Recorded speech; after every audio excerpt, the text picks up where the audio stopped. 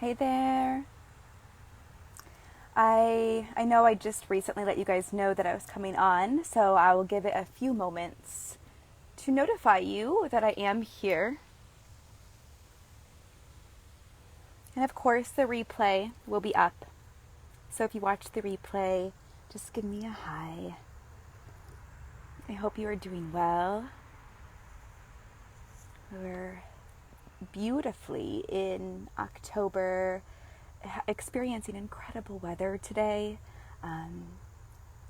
And just this season of autumn has been so graceful in leading me to this place of rest and surrender. It's been so, so good. And I'm grateful to actually even be experiencing a fall season. In Ohio, we usually just go from summer to winter, winter back to summer. So it's really nice to be experiencing this weather and the slowly changing of seasons.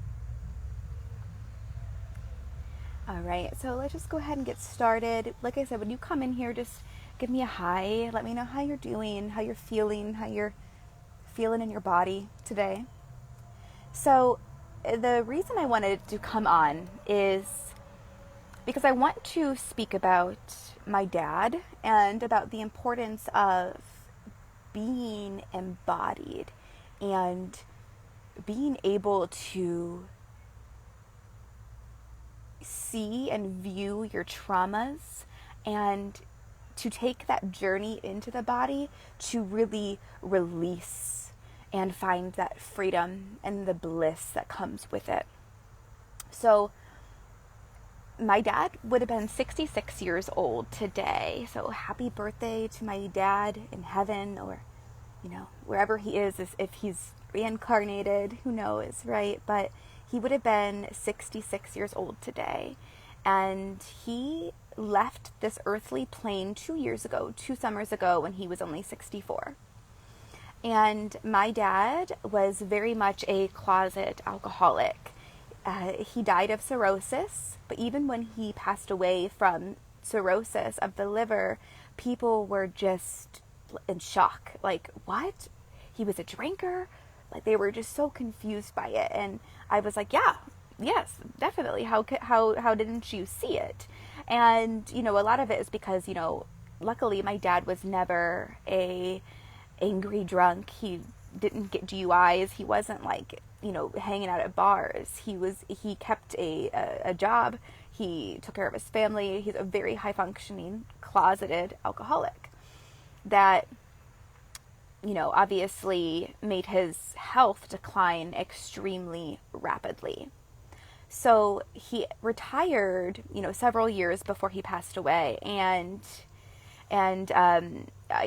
he spent a lot of his time just like in his home, closeted drinking, and I lived with a lot of anger around that because I'm like, you could be here with your grandkids, you could be hanging out, you could be doing all these things, you're still so young.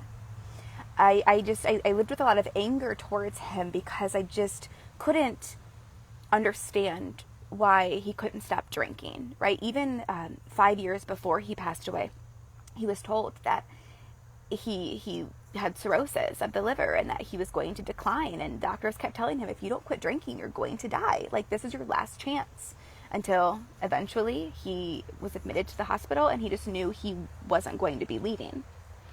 And I just didn't understand it until the day that I knew he was going to die. Like, literally the day that I was like feeding my dad, and I just like, I knew that this was going to be the last time I was ever going to see him. And it was the end of his life that really helped me step even deeper into my own purpose and my mission. And that was to help men and women find a safe and sacred space within their body. Because it was at the end of his life that I was finally able to understand that he had so much trauma. And I'm not going to tell his stories because they're not my story to tell, but my dad was in Vietnam. My dad also had 2 children from a woman when he was very young. He ended up giving them up for adoption, all this stuff. So There was just a lot that he was holding on to that he was afraid to witness, right? So it was in that moment in the hospital that I came to like this full circle of he just had so much trauma and so many skeletons in his closet that he knew that if he quit drinking, that he'd have to, that these traumas, these feelings would come to surface and he would have to deal with it. And I just don't think that he realized he could.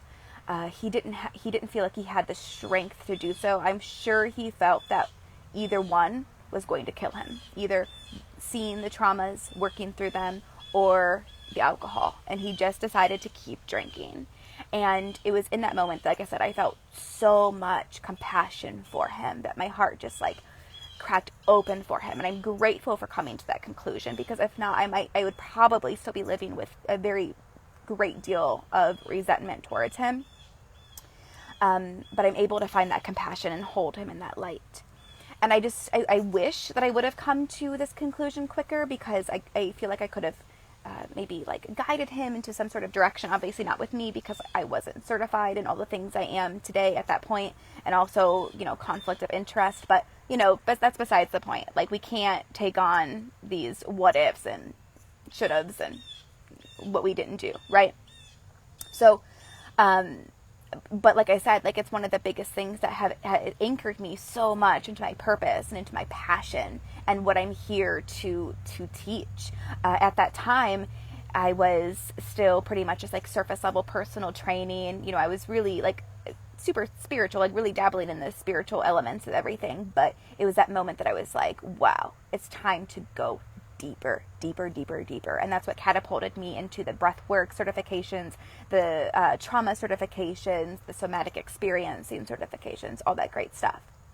So my point here, I have a point, we're here, is just the importance of going into your body to not experience your trauma, right? But to understand it, find it within the body, because it's our tissues is what holds it.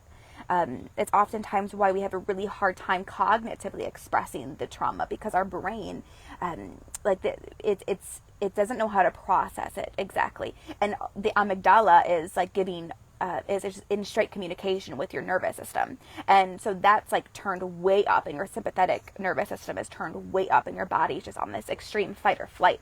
So if all you're doing is trying to work it out in the mind, it's only fueling the fight or flight. So dropping into the body to learn where the trauma lives, to learn how it feels, to experience the repressed or even overused emotions by using your body to express it, by feeling grounded, by feeling present, whole, here, alive, right? Like, that is what can help us really move through these skeletons that we've been holding onto, these traumas that we keep wanting to run from. And it can also help us to resist, not really resist, but like to help us to see that we don't need the outside forces to numb us, because we know how to move it ourselves. We know how to work through it by being embodied. And this is like such a big part of my journey of just like creating that safe and sacred space from within and learning how to be your own healer. And so it can be really scary to get into your body, especially if you've had any sort of sexual trauma or physical abuse. It can be very scary to get into the body. Especially, I've worked with so many people with disordered eating, like in recovery of disordered eating, recovery of overexercise, recovery of body dysmorphia. And there's like this huge wall up between the mind and the body. Like we want to just like stop here. Everything will stop here. Our breath stops here. The feeling stops here. It can just be so terrifying to remove this layer. Oftentimes like that fucking brick wall, or to break that down and enter into the body.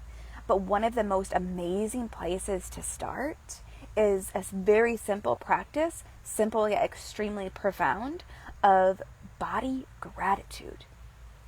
And I'm a big supporter and like not adding more things to your plate. Like I hate giving like, you know, advice of like, so do this and do this in order to get this and this and this. Like I try to always give you things that you can just incorporate into your daily life. And so for this, it's the body gratitude can be added with your just daily bathing or like applying your lotion rituals that you do. And the reason I call it a ritual is because I believe that life can be a ritual. When we view life and step into all of our duties in life with intention, it's a ritual, and it can be really beautiful. Even cleaning your home can go from a chore to a ritual. So what I want you to do for this, or what I invite you to do, you know, you can do this if it feels good to you. Especially, I really would encourage you to start doing this if you're somebody who has a hard time getting into your body. But even if you are somebody who feels like, I feel really good in my body, I still would invite you to try this out, because oftentimes even like bathing and getting the lotion on and all that stuff kind of is like a means to an end. We want to just get it done because we're getting ready for work. We got to get out the door, whatever, right? And we're never present with ourselves. Like, let's just learn how to be present with ourselves. Be here and enjoy your life. Enjoy that hot water. Enjoy massaging your skin. Like, just enjoy your life. Like, we don't know if we're going to come back again. We don't know anything that happens after we're here in this body. So enjoy it while you're here. So when you're in the shower or bathtub, or when you're just applying the lotion, wherever your hand is, wherever it is on your body, whether it's washing or rubbing the lotion in, bring all of your awareness to that space and express gratitude. Say thank you. Connect with the meaning of that body part. And this is just so beautiful too if you are somebody who struggles even with your body image. Like, so for example, if you have stretch marks, and say you have these stretch marks because you carried a baby, and now you have a kind of like some loose skin. Well, you know how many women would love to be able to have that loose skin and stretch marks, and they're just not able to, you know? So celebrate the meaning of that space and what that body part does for you. So an example of this is, I love to do this when I'm putting on lotion, and I just am able to give myself the extra self-care, and I just massage my body, massaging my feet, expressing gratitude. Thank you so much. I love running with my kids. I love running with my dog. I love dancing. Thank you so much, beautiful feet, for allowing me that gift. Massaging my legs. Thank you for being so strong and so grounding. My belly. Thank you for carrying a baby. Thank you for these deep belly laughs up into my chest. Like, thank you. Thank you for guarding my heart, for the space of my lungs, my ribs, my arms. You know, thank you so much for my ability to hold and to be held. Thank you for my hands, for my ability to be a healer, you know, to heal with my hands, to hold, to touch, right? And it just brings this very, from a means to an end, to a very sacred experience of you connecting with your body. And it creates this gentle invitation that it's safe here. It's safe to be in the body. And then we're able to just be more present, feel more held, experience this life and the sensuality and the desires and the pleasures and the joy and the freedom that we have here. And like I said, if you are somebody who has a lot of skeletons in your closet, or you've dealt with a lot of trauma in your life, is that gentle invitation to come in, to begin here, to just begin to find the space here. Okay? So let me know if you have any questions. And I would love, after you try this out, let me know how it felt. Let me know what you experienced. Just let me know what happened, okay? You can let me know in the comments below. You can message me. You can just post it in the group, whatever feels best to you. But yeah, so that's what I got for you today. I hope you have a beautiful weekend. I hope you get outside and enjoy Mother Nature and whatever kind of weather you're experiencing. Plant your feet in the ground and just feel her hold you. I hope that you find some deep breaths and you experience gratitude and joy, and that you drink lots of water and you feed your body well. And, always to work with me further on any of this stuff, The Breathe and Receive membership is always open for you to enroll in. That's more of a self-paced program to go deeper one-on-one. I offer single sessions, and I also have still one spot left for an actual like one-on-one mentoring package. So and right now I'm currently still accepting sliding scale payments. So if you're somebody who just really wants to get into this work, but you're worried about funds because of like COVID and all of that, just reach out. I'm always willing to work with you. So have a beautiful weekend. Create an amazing day. I'll talk to you guys soon.